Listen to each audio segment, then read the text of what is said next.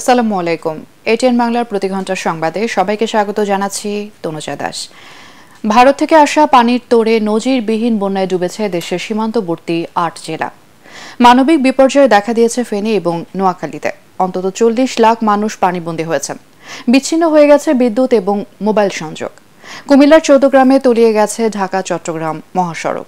বানভাসী মানুষকে উদ্ধারে বিভিন্ন এলাকায় অভিযান শুরু করেছে সেনা এবং নৌবাহিনী। প্রতিনিধিদের পাঠানো তথ্য ছবিতে আরো জানাচ্ছেন কেরামতুল্লাহ বিপ্লব। ৩০ বছরেও বন্যার এমন ভয়াল চিত্র আর দেখেননি ফেনী পরশুরামের মানুষ। বুধবার একদিনেই জেলার কোথাও কোথাও পানি বেড়েছে ৮ থেকে ১০ ফুট পর্যন্ত। জেলার অন্তত ৩০০ গ্রাম এরই মধ্যে ডুবে গেছে। জেলা শহরের রাস্তাও তলিয়ে গেছে পানিতে। আমাদের এলাকা সব নষ্ট হয়ে গেছে।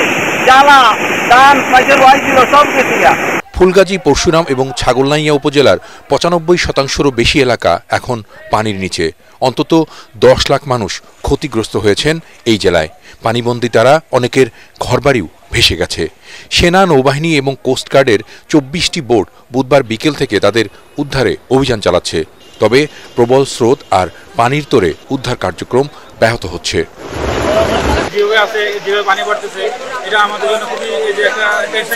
পানির যে ভয়াবহতা আমরা যেতে পারিনি, অনেক শিশুদের কান্না, মেয়েদের কান্না আমরা শুনেছি।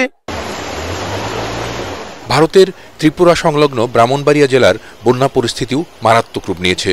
বাঁধ, ব্রিজ ভেঙে বন্ধ হয়ে গেছে আখাউড়া আগরতলা মহাসড়ক। তার উপর দিয়ে চলছে তীব্র স্রোত। আখাউড়া স্থলবন্দরের কোথাও হাঁটু, কোথাও কোমর সমান পানি। বন্ধ করে দেয়া হয়েছে সব ধরনের আমদানি রপ্তানি ও যাত্রী পারাপার।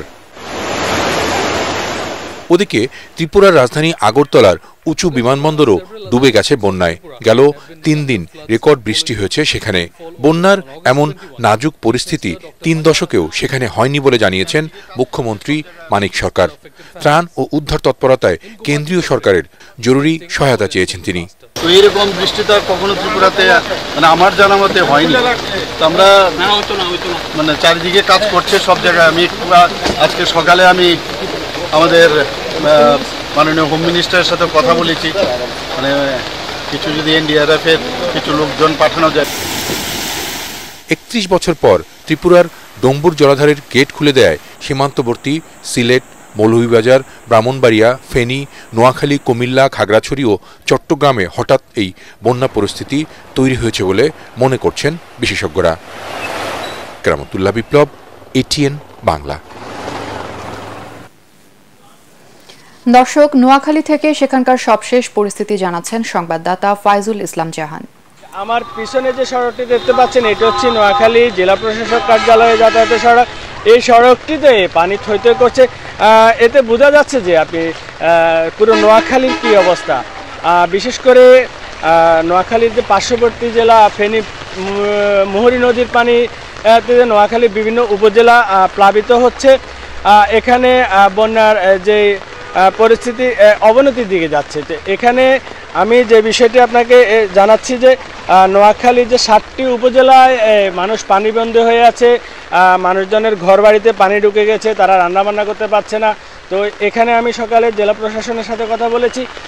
তারা গত পরশুদিন থেকে নোয়াখালীতে শিক্ষা প্রতিষ্ঠানগুলো বন্ধ ঘোষণা করেছে এবং যেখানে মানুষ পানিবন্দী আছে সেই মানুষগুলোকে বিভিন্ন শিক্ষা প্রতিষ্ঠানে আশ্রয়কেন্দ্র খুলে মানুষজনকে সেই আশ্রয়কেন্দ্রগুলোতে নিয়ে আসা হচ্ছে।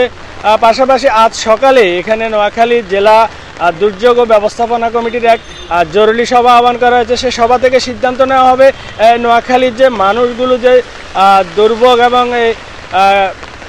অসহায় অবস্থা আছে এবং তাদের যে খাদ্যাভাব দেখা দিয়েছে, সেখানে মানুষকে শুকনো খাবার পাশাপাশি মানুষকে উদ্ধার করার জন্য সিদ্ধান্ত নেওয়া হবে। এবং আপনাকে আরেকটা বিষয় জানিয়ে রাখি যে নোয়াখালীতে গত কয়েকদিনের টানা বর্ষণে 7টি উপজেলায় ব্যাপক জলাবদ্ধতা যে বন্যা পরিস্থিতি দেখা দিয়েছে। গতকাল রাতে বৃষ্টি তেমন একটি না হলেও আজ সকাল 8টা থেকে এখানে আবার বৃষ্টি শুরু হয়েছে। দেশের কয়েকটি নদ নদী এবং উজানের পানি 60 বছরের রেকর্ড অতিক্রম করেছে। পানি উন্নয়ন বোর্ডের নির্বাহী প্রকৌশলী সর্দার উদয় রায়হান পরিস্থিতি স্বাভাবিক হতে 72 ঘন্টা সময় লাগতে পারে বলে জানিয়েছেন তিনি। যৌথ নদী কমিশন আলাপ আলোচনার মাধ্যমে দেশের পূর্বাঞ্চল সহ সীমান্তবর্তী বন্যা পরিস্থিতি নিয়ে কাজ করছে বলেও জানান তিনি। ভারী বৃষ্টিপাতের প্রবণতাটা এই অঞ্চলে কিছুটা কমে আসার সম্ভাবনা রয়েছে এবং দেখা যাচ্ছে যে বর্তমানে যে একদম সাম্প্রতিক তথ্য অনুযায়ী পানি বৃদ্ধির যে প্রবণতা সেটা কিছুটা পূর্বের তুলনায় ধীর এবং এর ফলে এটা ইঙ্গিত দিচ্ছে যে পানি কিছুটা স্থিতাবস্থায় চলে আসতে পারে আজকের মধ্যে এবং পরবর্তীতে এই পানি হ্রাস পাওয়ার সম্ভাবনা রয়েছে। তাই সামগ্রিকভাবে আপাতত বলা যেতে পারে যে বর্তমানে যে নদ-নদীর পানি কিছুটা ধীরগতিতে বৃদ্ধি পাচ্ছে, সেই বৃদ্ধির প্রবণতা আগামী 10 থেকে 12 ঘন্টা পর্যন্ত অব্যাহত থাকতে পারে। পরবর্তীতে এটা কিছুটা স্থিতাবস্থায় চলে এসে এর পরবর্তীতে পানি হ্রাস পেতে পারে এবং বন্যা পরিস্থিতির উন্নতি শুরু হতে পারে। আগাম নোটিশ ছাড়াই ওয়াটার গেট খুলে দিয়ে ভারত বাংলাদেশের জনগণের বিপক্ষে দাঁড়িয়েছে বলে মন্তব্য করেছেন তথ্য উপদেষ্টা নাহিদ ইসলাম। রাজনৈতিক কারণে ভারতের নেওয়া এই সিদ্ধান্তে তীব্র প্রতিবাদ জানান তিনি। বুধবার মধ্যরাতে বাংলাদেশ অভ্যন্তরীণ নৌ পরিবহন কর্তৃপক্ষের কেন্দ্রীয় কার্যালয়ের সামনে বৈষম্য বিরোধী ছাত্র আন্দোলনের শিক্ষার্থীদের অবস্থান থেকে তথ্য উপদেষ্টা এসব কথা বলেন। এর আগে বন্যার্ত এলাকায় দ্রুততম সময়ের মধ্যে বোট পাঠানো সহ 5 দফা দাবিতে বিআইডব্লিউটি এর সামনে কয়েক ঘন্টা অবস্থান করেন শিক্ষার্থীরা। ভোর 5টায় বিআইডব্লিউটি এর সঙ্গে আলাপ শেষে তথ্য উপদেষ্টা নাহিদ ইসলাম নিশ্চিত করেন বাংলাদেশে যত স্পিড বোট সাপোর্ট আছে যা দ্রুত উদ্ধার কাজে পাঠানো হবে। আর এই ছিল এখনকার সংবাদ।